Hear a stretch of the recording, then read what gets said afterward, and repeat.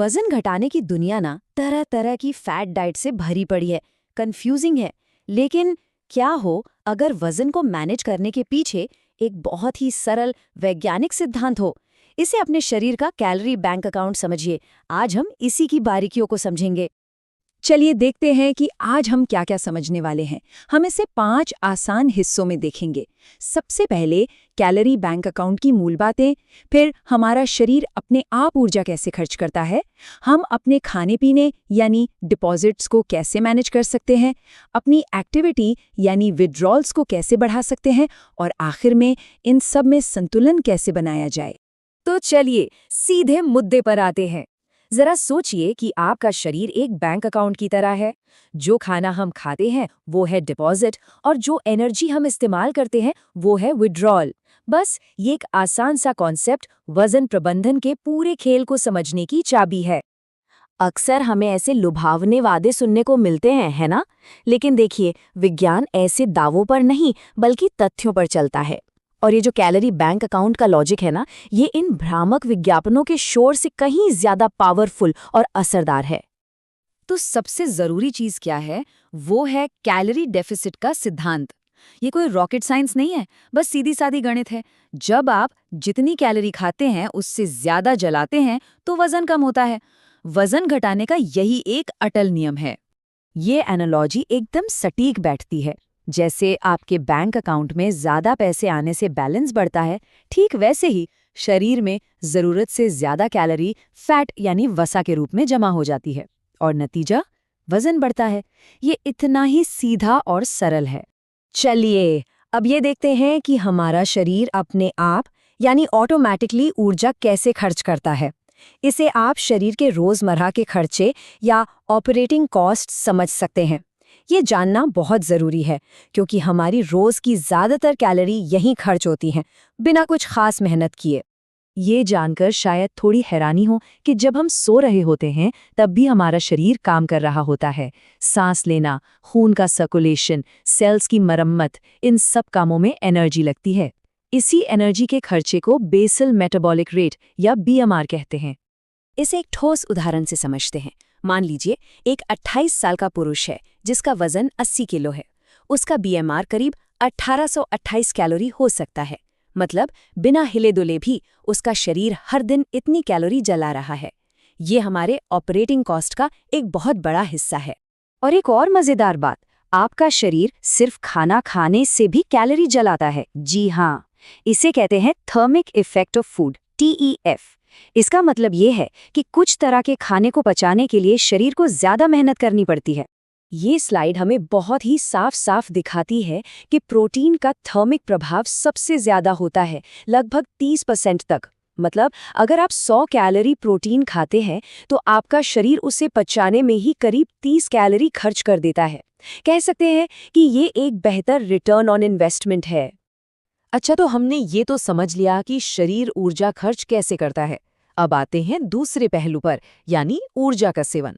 देखिए, यहाँ मकसद खुद को भूखा रखना नहीं है, बल्कि स्मार्ट तरीके से खाना चुनना है। ये कुछ कुछ सही जगह पर रणनीतिक निवेश करने जैसा है। सैटिस्फैक्शन इंडेक्स, ये एक तरीका है ये मापने का कि कोई खाना आपको कितनी देर तक भरा हुआ महसूस कराता है। तो ज्यादा सैटिस्फैक्शन वाले खाने जैसे दालें और सब्जियां आपके कैलोरी डिपॉजिट्स को मैनेज करने की एक बहुत ही स्मार्ट स्ट्रैटेजी है। क्यों? क्योंकि ये कम कैलोरी में ज्यादा संतुष्टि देते हैं। ये तो शायद डाइट की दुनिया का सबसे बड़ा सवाल है, लो कार्ब या लो फैट। खासकर व्यस्त लोगों के लिए ये जानना बहुत जरूरी है कि क्या वाकई कोई एक तरीका दूसरे से बेहतर है। चलिए देखते हैं कि डेटा क्या कहता है। तो विज्ञान का फैसला क्या है? बिल्कुल साफ। 32 स्टडीज के एक बड़े विश्लेषण से पता चला कि जब तक कैलोरी डेफिसिट बना हुआ है तब तक लो कार्ब या लो फैट डाइट से वजन घटाने में कोई खास फर्क नहीं पड़ता। मतलब असली हीरो तो हमेशा कैलोरी डेफिसिट ही होता है। तो फिर सही तरीका क्या है? इसे एक बैलेंस्ड इन्वेस्टमेंट पोर्टफोलियो की तरह देखिए। एक सेहतमंद डाइट में हमारी कुल कैलोरी का करीब 45 से 65% कार्ब से, 20 से 35% फैट से और 10 से 35% प्रोटीन से आना चाहिए। यही संतुलन अच्छी सेहत के लिए बहुत जरूरी है। तो कौन से वो खाद्य पदार्थ हैं जो सबसे अच्छा रिटर्न ऑन इन्वेस्टमेंट देते हैं? ये हैं साबुत अनाज, दालें, लीन प्रोटीन और ढेर सारे फल और सब्जियां। ये आपको पोषक तत्व देते हैं, फाइबर देते हैं और संतुष्टि देते हैं, जो आपके कैलोरी काउंट को संतुलित रखने में मदद करते हैं। और दूसरी तरफ कुछ ऐसे डिपॉजिट्स भी हैं जिनका रिटर्न कह सकते हैं बहुत ही खराब होता है। रिफाइंड आटा, बहुत ज़्यादा चीनी और अल्ट्रा प्रोसेस्ड फूड्स, इनमें पोषक तत्व कम और कैलोरीज ज़्यादा होती हैं। इन्हें कम करना एक स्मार्ट वित्तीय निर्णय लेने जैसा ही है। चलिए अब इस समीकरण के आखिरी हिस्से पर चलते हैं। हम अपनी मर्जी से यानी जानबूझकर अपनी कैलोरी विड्रॉल्स को कैसे बढ़ा सकते हैं। और ये सिर्फ जिम जाने के बारे में नहीं है, ये आपके पूरे दिन की एक्टिविटी के बारे में है। एक अच्छी वेल राउंडेड फिटनेस प्लानिंग के लिए 3 चीजें बहुत जरूरी हैं। दिल की सेहत के लिए स्टैमिना यानी कार्डियो, एक मजबूत मेटाबॉलिज्म के लिए स्ट्रेंथ ट्रेनिंग और लंबे समय तक फिट रहने के लिए स्ट्रेचिंग। इन तीनों का संतुलन ही अच्छी सेहत की कुंजी है। ये एक बहुत बड़ा मिथक है और इसे तोड़ना बहुत जरूरी है।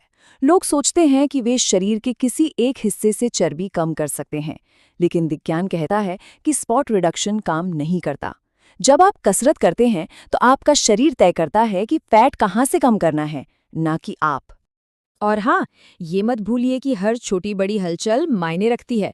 लिफ्ट की जगह सीढ़ियाँ लेना, फोन पर बात करते करते टहलना, ये छोटी छोटी आदतें मिलकर आपके पूरे दिन के कैलोरी खर्च को काफी हद तक बढ़ा सकती हैं। तो अब तक हमने जो कुछ भी सीखा है, चलिए उसे एक साथ जोड़कर देखते हैं।